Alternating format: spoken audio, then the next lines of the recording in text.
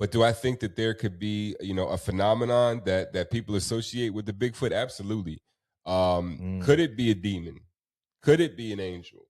Could it be an interdimensional being? Interdimensional as in literally just step from this dimension into the next dimension. Mm-hmm. You know what I mean? Mm-hmm. I think those things are definitely real, and I think that those things are, and I mean, excuse me, I think it's a high possibility. But yes, I definitely think that there is a phenomenon called a Bigfoot. Whether it's a Bigfoot or not, I don't know. But is there something to that effect? Sure, absolutely, yes. Um, it's funny because in court, right? How do people win cases against the jury? Witness testimony, Mm-hmm. right? So if the defense has enough witnesses to say this person did it or this person doesn't do it, that sways the jury to make a decision, correct?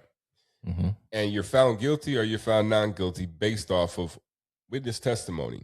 So it's just interesting how, when people come up to give their witness accounts, how right away so many people are, because of what you said, because they're programmed already, you know what I mean? Or because they have already, decided that they don't want to freely think that they're going to think under the auspice of their conditioning, that when someone challenges their thought process or challenges their belief system with what they witness or they believe to be true, they're automatically demonized, automatically belittled, automatically shunned, automatically said, no way, no how.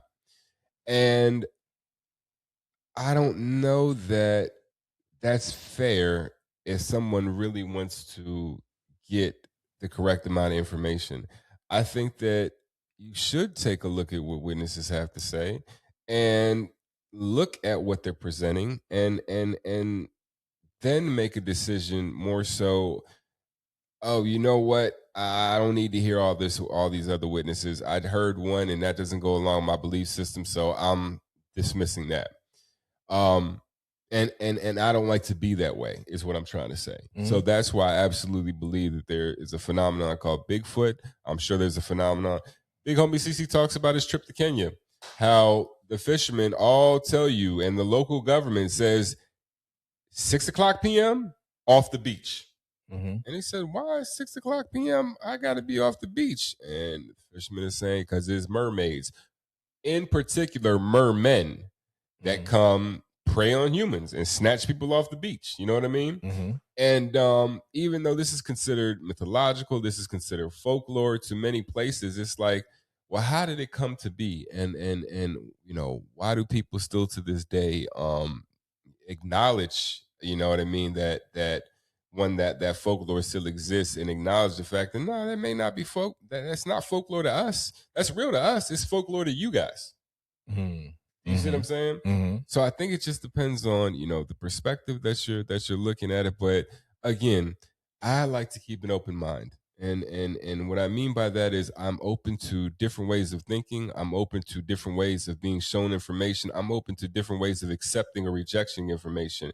But what I'm most open to is entertaining something without accepting or rejecting it. Yeah. That's interesting. Kenya, mermaids. Mm-hmm. Listen, I believe in aliens. I don't believe in Bigfoot. And obviously it comes from somewhere, but I also, like, as I'm thinking about it, he said, why does this thing exist? Mm-hmm. Right? Why does this rule exist from the 70s? Like, why does it exist? Well, I was watching Bill Gates, and you can still see it. It's still on YouTube. The Bill and Melinda Gates letter, and he's talking about overpopulation. And this is 2015. Mm-hmm. And one of the things he said is about the year 2100, if nothing happens, we're going to have like 11 billion people on the planet.